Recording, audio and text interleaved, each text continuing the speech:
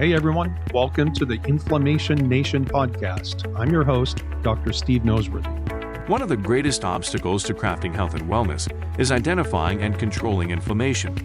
It's at the core of all complex and chronic diseases, and it's the driving mechanism that underlies the most common symptoms that people like you struggle to overcome.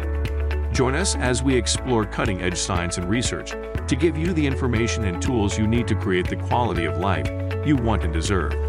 And now, here is the host of Inflammation Nation, Dr. Stephen Noseworthy. Hey guys, welcome back to the Inflammation Nation podcast. Every year about this time, I tend to do the same type of content for the first podcast of the year. And technically, it's not the first podcast of the year since I did post a two-part interview that I did on my doctor-only podcast called The Funk Med Nation, where I had a great conversation with Dr. Stu McGill. Dr. McGill is a world-famous expert in biomechanics, and he's got a lot to say, not just about elite athleticism, but what it means for regular people like you and me to get and to stay healthy when modern life is really not as conducive to that as we might want it to be. But nevertheless, this is my first, let's call it solo episode in 2025. And I realize that I haven't been putting out episodes for quite a while. And that's just simply because Kathy and I have been just very busy with travel throughout the US and Canada and just changes in work circumstances and just lots of projects and increased productivity. But I am back and I hope you missed me. But as I said before, my habit is to start the year by touching base with you guys and asking how things are going, right? How's that new diet? How's the exercise plan that you said you were going to start in January? Are you still on point with your diet? Are you still making it to the gym? And that's assuming, of course, that was part of the set of resolutions that you made for yourself coming into 2025. And maybe that wasn't part of it, but maybe you just had this general sense of, I need to do a better job in 2025 than I did in 2024. Statistically speaking, most of the people who have the best of intentions on the morning of January 1st have at this point in the year already succumbed to the magnetism of old habits, those ingrained patterns of thinking and doing that make it hard to change. I was recently a guest on Dr. Russell Jaffe's YouTube and Instagram channels, and we had a short but a great conversation about what amounts to mindset when it comes to getting and staying healthy. And I said something to him that I want to share with you guys because I think it's important.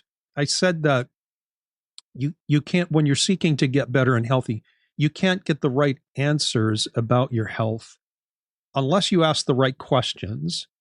And you can't ask the right questions unless you have the right mindset or perspective. Here's what I mean by that. If you were to come see me as a provider, as a functional medicine doctor, and if we go through your health history and your goals and maybe even review existing relevant labs and diagnostics, and then you were to do the exact same thing with a conventionally trained medical doctor, or perhaps even a medical doctor who does integrative medicine, and I'm doing air quotes. I know you can't see me, but I'm doing it nonetheless. So if you were to see me and then have the same conversation with a medical doctor, you're going to end up with two very different sets of recommendations. And the reason for that is because what we do as clinicians is driven by how we think. And I think a certain way about health and wellness. And the way that I think about health and wellness is very much opposed to what you might see or what you do see in conventional medicine. And I think this is a great place to point out that conventional healthcare, again, air quotes, is really not healthcare at all. Because nobody goes to the doctor when they're healthy. And 99+% of all doctors, medical doctors that is, They don't know what to do with a healthy person. I might even say 99% of all doctors of any persuasion. They don't know what to do with a healthy person because they're trained to find sickness and treat disease. And particularly in the medical community, they're trained to do that with medications and procedures. Now, I'm certainly not the first person to say this, nor will I be the last. But what we call healthcare is really disease management. And if that's what you need or want, then by all means, see your medical doctor, your osteopath, your nurse practitioner, whatever. But if you want to be healthy and well, the question you should be asking is not, what disease do I have and how do I treat it? But rather, the question you should ask is, how did I lose my wellness and how do I get that back? And hopefully you can see the mindset behind each of those questions and how they differ. Remember, if you want answers, you need to ask the right questions, and you can't ask the right questions if your perspective is off. You need to be really locked down solid about what it is that you're looking for. Are you looking only to manage a disease condition and prevent it from getting worse, or are you trying to actually craft wellness? Because crafting wellness is not managing disease, nor is it treating illness. It is different. It's holistic in the sciencey sense of that word, not the kind of like ethereal or foo-foo sense of the word holistic. I mean it in terms of referring to the whole being more than the sum of its parts. And that, even though there's a lot of talk in integrative and functional medicine circles about, treating the whole person and finding root causes and all of that, very few clinicians really pull that off. And they fail to do so for maybe three reasons that I can see. I'm sure there's more if I kept thinking about it. But the first reason for that is that we are all, myself included, bound by the limits of our training and our bias. Now, I was initially trained as a chiropractor, which means that I was taught to think like a chiropractor. I was taught to think a certain way about problems. The same is true of your medical doctor, your naturopath, your acupuncturist, and so on. And part of the path to becoming a well-rounded clinician is to recognize the limits of our training and bias and to take intentional steps to break out of that, meaning learning to see things from new perspectives. But most practicing doctors are so busy, they don't have time to do that, even if they are interested in that. All they have time to do is to see the next patient and then see the next patient and see the next patient and so on.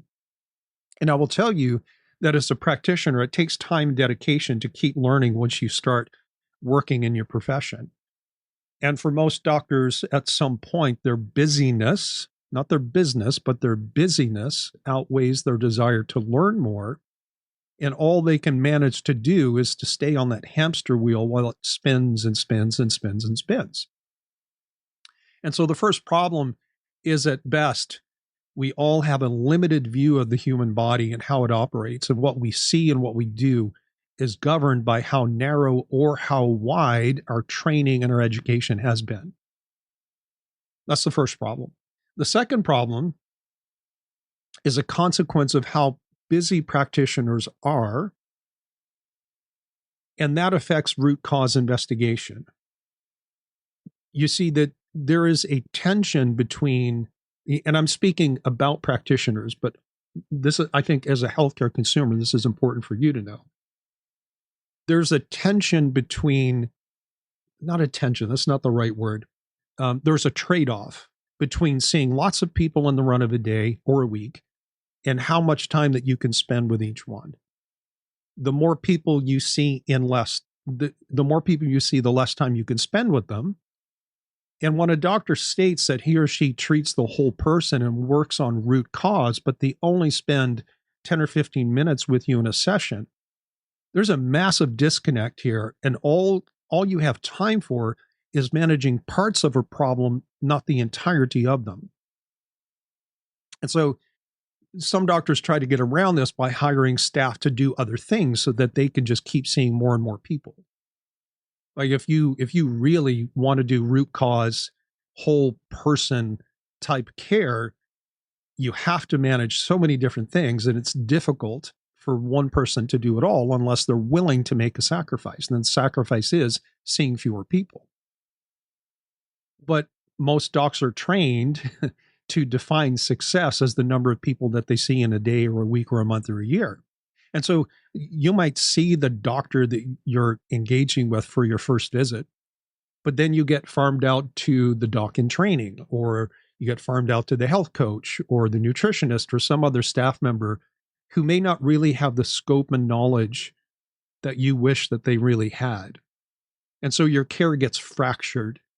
And the more people you have on the team, the harder it is for them all to be on the same page. And pretty soon communication starts to break down and everyone is doing their own thing, but they're still calling it whole person root cause medicine. So again, doctors have to make a choice in terms of how they run their practices. They either spend more time with people and as a result limit the number of people that they work with, or they see more people and they spend time. It's a trade-off that has to happen. And so a clinical practice can either be high volume or high engagement, but it can't be both. And the final reason here is that there's a tendency for natural medicine doctors to develop let's call it a shtick, like a way of doing things that's easily repeatable and easily explained. And this allows them to see more people and give the illusion of whole person root cause medicine. So here's an example.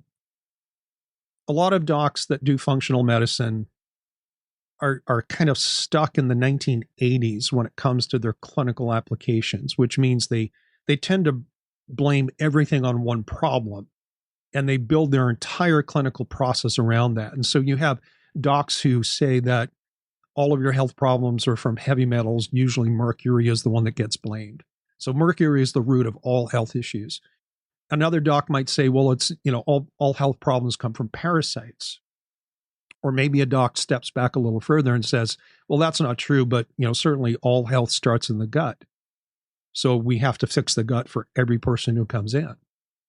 And on some level, they're not entirely wrong, because for any individual person, that may indeed be true. But to adopt a blanket approach where everyone does a mercury detox, or everybody does a parasite cleanse, or everybody does a gut protocol, and the protocols are all the same from person to person to person, makes it very easy to administer from a business standpoint, but it doesn't make much sense clinically. But that approach ignores the very concept of whole person root cause philosophy. Again, it's much easier to do one thing really well and to trust that enough people with that one specific problem are going to knock on your door, knowing that you won't be able to help the people who need something different.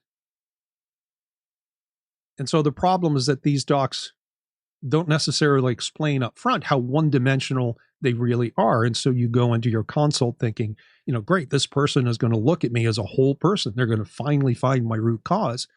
When in reality, they're just looking at you like everyone else, hoping their shtick is what you need. And so they have a round hole and you're a square peg, and they're trying to put a square peg into a round hole.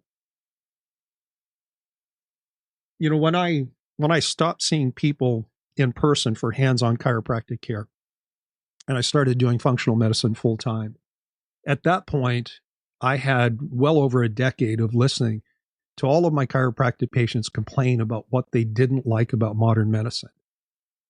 And it wasn't long into my functional medicine career that I started to see natural docs making the same mistake. And so along the way, I determined to do things differently and to solve as many of those problems as I could for my own clients. And that meant a few things. I knew that to do my best, I had to see fewer people so I could spend more time with them, because that is what is required, particularly for complex health issues where it seems like everything has hit the fan. I also knew that I had to up my game and learn more about more so that I could see as much of the whole picture or the whole person as I could.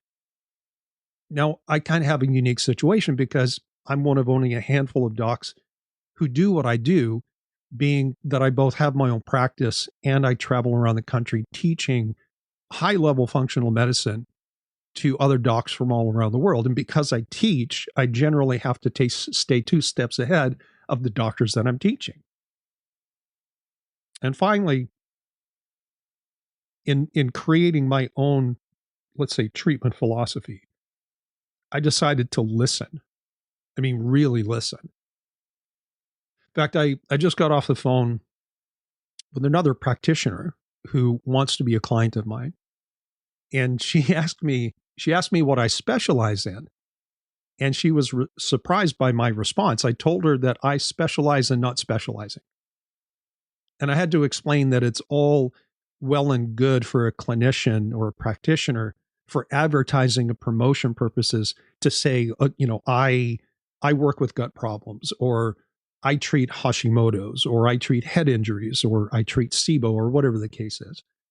Because people like you, healthcare consumers, need clarity so that you can choose to go someone who works with the type of problem that you perceive that you have. But a true whole person root cause approach looks beyond someone's presenting symptomatology and their labels or diagnoses to ask what mechanisms are promoting those things, and no assumptions are made up front. And root cause medicine demands that there are no preconceptions. There's no place for a doctor to assume that all of your complaints are from a heavy metal or a parasite, or to assume that you just need to do a detox, or the detox is the first place everyone should start, or your gut is the first place to start. None of those assumptions should be true. Not that you don't do those things, but you make no assumptions about when they should appear in someone's care program. So when I told that other practitioner that I specialize in not specializing, I didn't mean that I'm not good at any one thing. I meant that my mindset is that I suspend any treatment decisions until I can gather enough evidence to make an informed decision. And the amount of type of information that takes is going to vary from person to person, and it's largely dependent on the complexity of the problems. You have one problem, two problems, or 8 problems. So what are you looking for as you wind your way through 2025? And if you get to the point where you realize that your problems are more than you can fix on your own, ideally, you'd be looking for someone who offers you better answers by asking the right questions, which stem from the perspective of crafting wellness and not managing disease. You're probably looking for someone who does actually see you as a whole person and not just a collection of parts, who does actually work on root cause by not jumping to conclusions either out of expediency for their own business plan, seeing more people and more people and more people, or because what they did for someone else, like you, worked out well, so why not do it with you too? And you probably want to see someone who has a low volume but high engagement model, where they see fewer people, spend more time, and as a result, tend to get better results. And hey, maybe that's me. Maybe it's not, but maybe it is. And if you want to know if you and I are a good fit, you can use the link in the description to send me a web request. You can email me. You can text me at my office number. All of these will be in the episode description. And because I've chosen to work truly solo, I have no staff. I will actually be the one responding to you directly. And it would be my honor and privilege to help you walk through 2025 and finally get answers, results, and hope to solve the problems that you've been trying to solve on your own and maybe just haven't been able to understand or put it all together. All right, guys, that brings the first solo episode of the Inflammation Nation in 2025 to a close. And I will be back pretty soon right here on the Inflammation Nation. This podcast is for general informational and educational purposes only and does not constitute the practice of medicine in any form or capacity. No doctor-patient relationship is formed. The use of the information in this podcast or any materials associated with or linked to the podcast is at the listener's own risk. The content of this podcast is not intended to be a substitute for professional and personalized medical advice, diagnosis, or treatment, and listeners should not disregard or delay obtaining proper medical advice when a health condition exists and warrants that. And finally, functional medicine is not intended or designed to treat disease, but rather is a natural approach to support restoring health and wellness. The use of diet and lifestyle modifications and nutritional supplementation is supportive or adjunctive care.